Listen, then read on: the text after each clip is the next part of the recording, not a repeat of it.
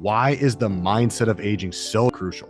When the voice in your head starts saying you're too old for this shit, that's the mindset of old. Like, that's it. Let's talk about pros and cons. Pros, you get it right. I have a positive mindset towards aging. I think my best days are ahead of me. I think the second half of my life is going to be filled with exciting possibility.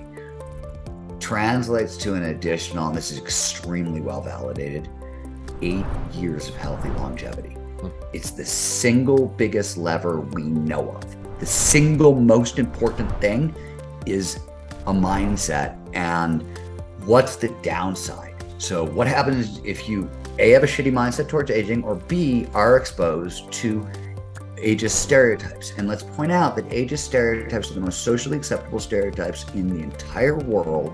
And I can walk out my front door, and if I were to say anything stereotypical about anybody in the universe, I would be canceled by the time I got to my mailbox. But like, I can look at you and be like, dude, you're just too old for this shit. It doesn't matter how old you are, you're laughing, right? You're laughing and it's funny and nobody cares. That's true. And yeah, check out the penalty. So, if you were exposed to a negative mindset or ageist concepts and you grow up with them, by the time you get to 60, you're not even old, you're at 60. This is still middle age, according to how we work the numbers today. You will suffer 30% greater memory decline than somebody with a positive mindset towards aging or somebody who was raised around ageist stereotypes. That's 30% memory decline is insane.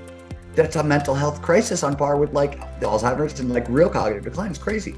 So big penalty, big benefit if we get it right. And interestingly, sort of this is the work I've been involved in. This is sort of one of the things our country is about. It's an experiment in peak performance aging designed, among many other things, to absolutely explode one's mindset towards aging and replace it with something very positive. And the reason is, Ellen Langer did some great work on mindset years back, and she said, if you want to change your mindset, two things really matter. Mindfulness is what she said, but her definition of mindfulness is different than what most people think. It's basically paying attention to the now with as much curiosity as possible. That's what she means by mindfulness. And what she really wants you to notice is that change is a constant in life. The brain and the mind and the self shield us from this, right? At every level, as you have no idea looking at your body that every cell in your body is going to replace itself within 7 years. Just like your memory of yourself at 15, you think it's coherent from 15 to 25 to 30, right? Like you think you're the same person and you're really not. And we know this, it's well documented, et cetera, et cetera.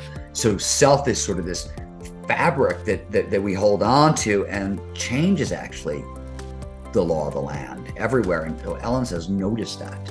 You'll be less fearful about what's coming if you realize that this is all the time and that these ideas of stasis are wrong. Two, obvious one, police your language, right? Watch how you talk to yourself, watch how other people talk to you, but really police your own language.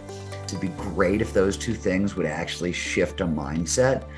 But it's not true. And it's not true the fixed mindset going from fixed to growth. It's not true going from a bad aging mindset to a good aging mindset. What you usually have to do is prove it to yourself. We got really good built-in bullshit detectors. And usually when we shift a mindset, we have to prove it to ourselves that it's real.